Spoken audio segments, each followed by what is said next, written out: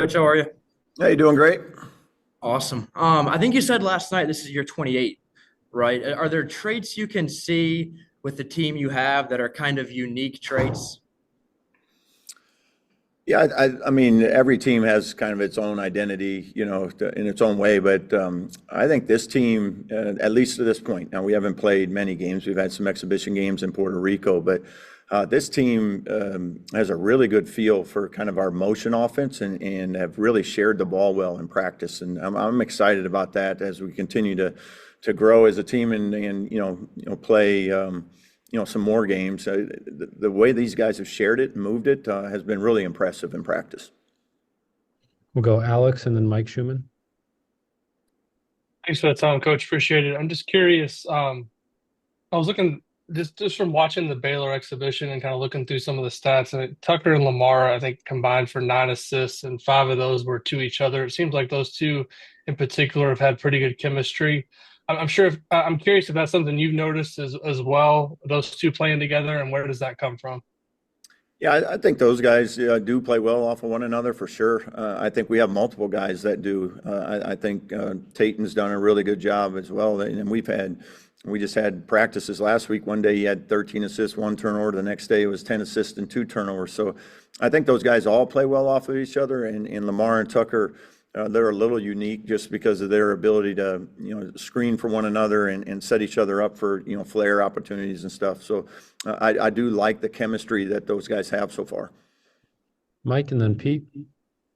Hey, Coach, I wanted to ask you about the two Puerto Rico exhibitions and the Baylor game. The common denominator there seemed like you guys came back from big deficits, and it seemed to me like the defense is what really kind of flipped the script in those games.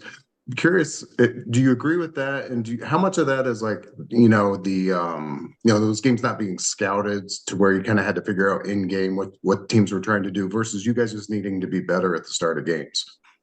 I would say it's a little bit of both. I would actually lean more towards us just being a little better, a little more connected defensively.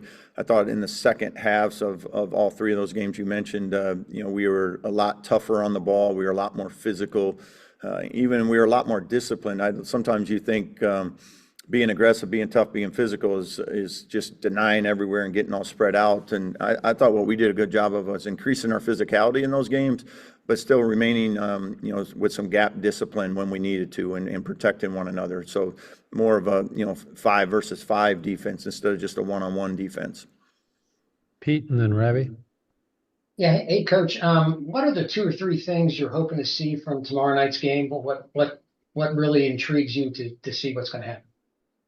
Yeah, I think number one is we just want to set the tempo for both sides of the ball for full 40 minutes. We've talked about just the 3 games we got behind. You can't put yourselves in those positions over and over again and expect to be successful. So we got to put a better full 40 minutes together and specifically a better first half. Getting off to a better start. And that's going to be huge for us all year. But that's probably number one. Getting off to a good start, and then just play how we've been practicing. That's probably number 2, just making sure that ball continues to move. We get good player movement as well as the ball movement on the offensive end, and then defensively, just being connected and being physical and being tough. Thank you. Ravi and then Niz.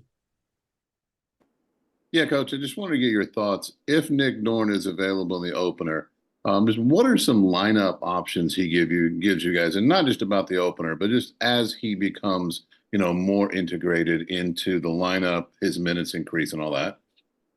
I think the greatest thing with Nick is he can really shoot the ball. So he just gives you automatic floor spacing. I don't really get into kind of what position he's at particularly out there, but he's just out there. And he's another guy that can go get 3, 4, 5 in a row, and we've seen that in the short period of time he's been practicing. He's just one of those guys that has an extreme confidence in his ability to shoot the ball, and he gets it off fast. He's a big guy. He gets he's tall. He gets it off, and like I said, when you got that type of confidence, that's a big plus for us to have him out there. Niz and then Trevor.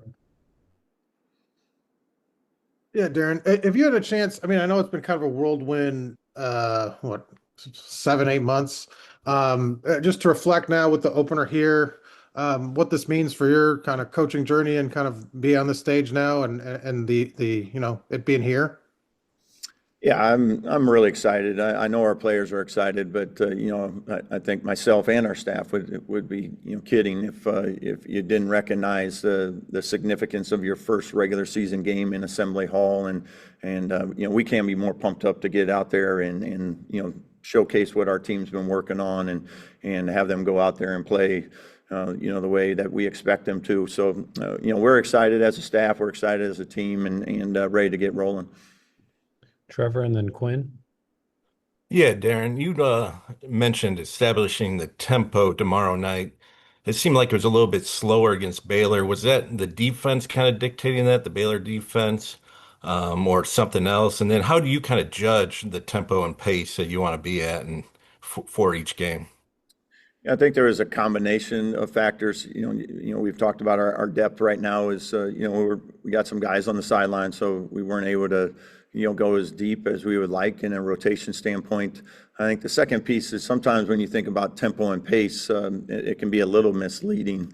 A lot of times our tempo and pace is, we want it off of turnovers, we want it off of missed shots, and we want to be incredibly aggressive in that space, where there is a broken floor and you have an opportunity to attack a defense before it gets set. A lot of times off of made baskets, that's when you get a little bit more into your possessions. But, if we don't get something in those first, 10 seconds that we like to really get and be in attack mode, then we're going to run offense and get into our motion and really move it and share it. And so you can play incredibly fast at times, but have your tempo, the pace of play be a little bit slower at the end of the game. So I think it was a combination, a little bit of our depth. You could tell we didn't have our game legs under us quite yet as that game wore on. And then also just, I thought there were moments there, especially when we made our comeback and kind of started to build that lead where our transition game was a big piece of that. Quinn and then Dalton. Yeah, in regards to lineups, both in what we've seen in the exhibitions and moving forward in non-conference, how do you balance trying to put in new looks versus kind of keeping a one group in there and letting those guys gel and get comfortable with one another?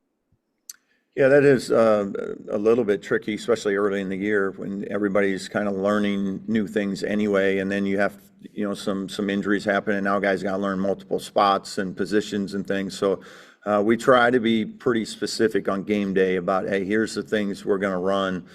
We have more things that we can run, maybe out of a timeout that we can go to and really put guys in the spots in case they don't know. But when the guys are out there, we try to keep it, to a smaller group of plays that, this early in the year that they're most comfortable with.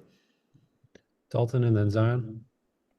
When you hired Nick Norton back in 2021, what kind of attracted you to him coaching wise? And then how valuable has he been moving with you to West Virginia and then here to Indiana?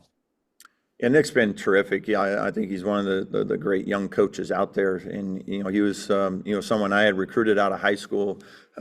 He had come to play for us at Drake. So he's someone I have known for a long time, have a great relationship with him, have a really good feel for kind of his demeanor and his rapport that he has with the players. And he's just one of those guys that comes every day with great energy, has a terrific understanding of what not only I want, but what we want as a staff, because he was a player and a coach. So he understands all that. But I just love the energy and enthusiasm he brings to the table every day. Like he doesn't have any bad days. And I think our guys have a lot of respect for him and the way he approaches it. Zion and then Zach. Yeah, Darren, you talked about just the slow starts, whether it be in Puerto Rico or against Baylor. When you see something like that before the season even begins, how do you kind of try to make sure it doesn't become a constant trend with your team going forward? Yeah, it's like sometimes it's hard to figure out, why or, whatever it may be. In a lot of those games or all three of those games, it was more kind of in the middle part of the first half, where some of those leads really grew. So, that's something that, we'll keep an eye on. I don't think you want to overreact, when you have, some different circumstances, especially with the Puerto Rico games. But the Baylor game is one that, we certainly were didn't have any of those outside factors. You know, we treated it like a regular game. We prepared like a regular game. So, you know, we had a stretch there in the middle of the first half where that lead started to get away from us. So it's something we'll look at, you know, see how you can try to prevent it and things. But there were certainly a lot of areas that we could clean up that led to, you know, that lead that I thought we did a good job of fixing in the second half. All right, we've got time for one more. Zach Browning. Hey, Coach, you've talked about kind of what Sam brings as far as his physicality is concerned, but what other things does he bring to this team that doesn't necessarily show up in the box score every night? Just his energy and enthusiasm. I think Sam, you know, plays the game, you know, with a little fire in his belly. So that's fun to see. That energy, enthusiasm, that joy for the game is something that's contagious. And, you know, that's one of those that doesn't show up on a stat sheet that as a coaching staff, I know we really appreciate about him. All right, thanks, Coach. Thank you all.